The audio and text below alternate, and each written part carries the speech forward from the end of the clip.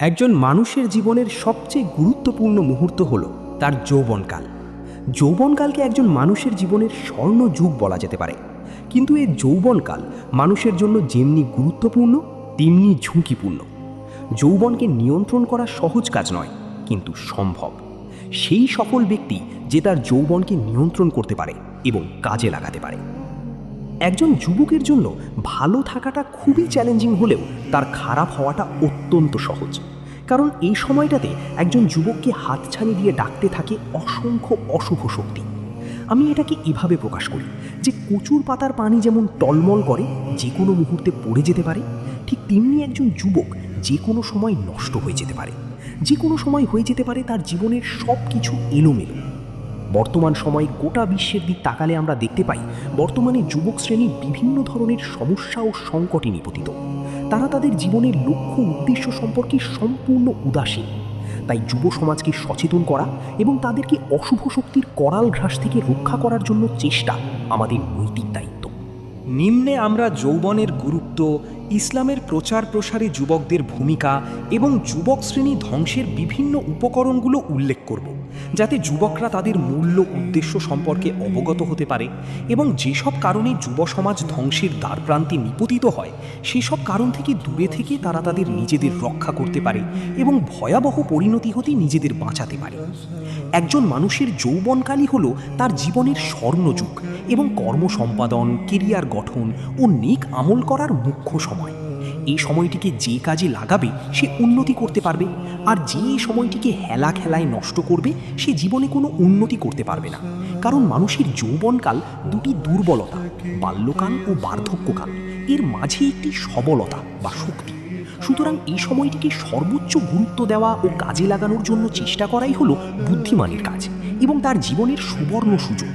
এই কারণেই রাসূল সাল্লাল্লাহু আলাইহি ওয়াসাল্লাম বলেন, اغتنم خمسا قبل خمس، شبابك قبل هرمك، وصحتك قبل سقمك، وغناك قبل فقرك، وفراغك قبل شغلك، وحياتك قبل موتك। তোমরা পাঁচটি জিনিসকে পাঁচটি জিনিসের পূর্বে গনিমত, সুবর্ণ সুযোগ মনে করো। তোমার যৌবনকে কাজে লাগাও বার্ধক্য আসার পূর্বে, তোমার সুস্থতাকে কাজে লাগাও তোমার অসুস্থতার পূর্বে, তোমার সচ্ছলতাকে কাজে লাগাও অসচ্ছলতার পূর্বে, তোমার অবসরতাকে কাজে লাগাও তোমার ব্যস্ততার পূর্বে, আর তোমার হায়াতকে কাজে লাগাও তোমার মৃত্যু আসার পূর্বে। ইমাম আহমদ রহমুল্লাহ বলেন, আমি যৌবনকে এমন বস্তুর সাথেই তুলনা করি যে বস্তুটি ক্ষণিকের জন্য আমার বগলের নিচে থাকে, তারপর তা হারিয়ে যায়।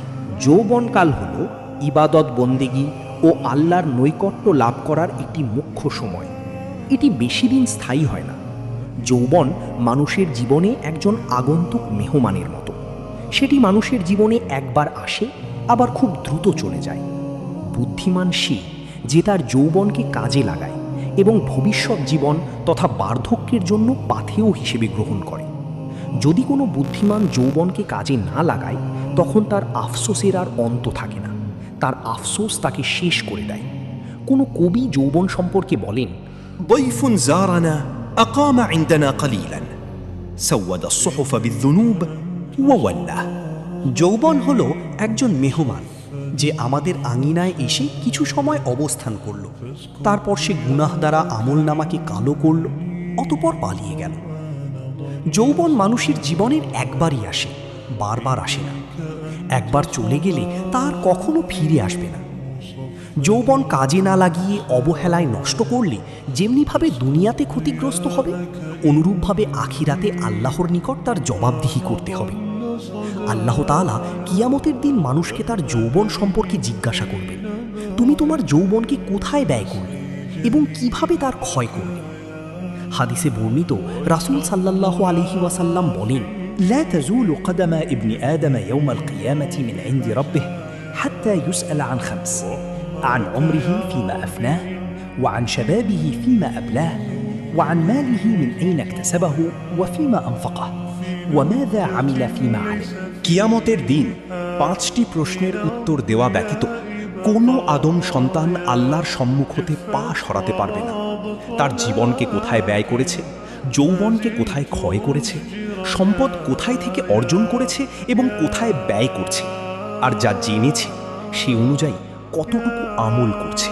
وعد صلى الله عليه وسلم في السبعة الذين يظلهم الله في ظله يوم لا ظل إلا ظله شابا نشأ في عبادة الله।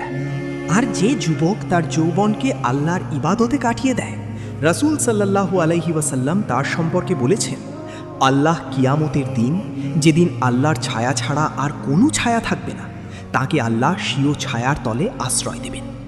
আব্দুল্লাহ ইবনে আব্বাস রাদিয়াল্লাহু আনহু হতে বর্ণিত, তিনি বলেন, আল্লাহ তাআলা একমাত্র যুবক বান্দাকে জ্ঞান দান করেন, যাবতীয় কল্যাণ যৌবনেই লাভ করা সম্ভব হয়। তারপর তিনি তার দাবির পক্ষে যুক্তি প্রমাণ হিসাবে আল্লাহ তাআলার বাণী তিলাওয়াত করে শোনান।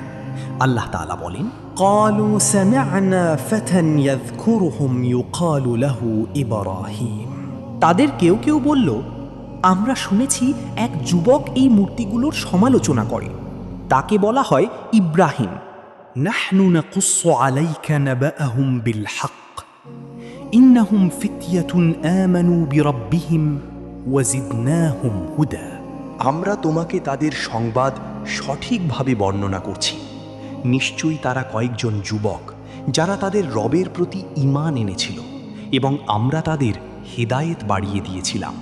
يا يحيى خذ الكتاب بقوة وآتيناه الحكم صبيا وحنانا من لدنا وزكاة وكان تقيا। হে ইয়াহিয়া, তুমি কিতাবটিকে দৃঢ়ভাবে আঁকড়ে ধরো। আমরা তাকে শৈশবেই প্রজ্ঞা দান করেছি, আর আমাদের পক্ষ থেকে তাকে স্নেহ, মমতা ও পবিত্রতা দান করেছি, এবং সে মুত্তাকি ছিল। হাফসা বিনতে সিরিন রহমতুল্লাহ আলাইহি বলেন, হে যুবক সম্প্রদায়, তোমরা কর্ম করো, কারণ যৌবনকালই হল কাজ করার উপযুক্ত সময়। আহনাফ ইবনে কাইস রহিমাহুল্লাহ বলেন, আস-সুওয়াদ্দুয়া মাস সাওয়াদ, নেতৃত্ব কালো থাকা অবস্থায়, অর্থাৎ যদি কোনো ব্যক্তি যৌবনকালে নেতা না হতে পারে, সে বুড়োকালেও নেতা হতে পারবে না।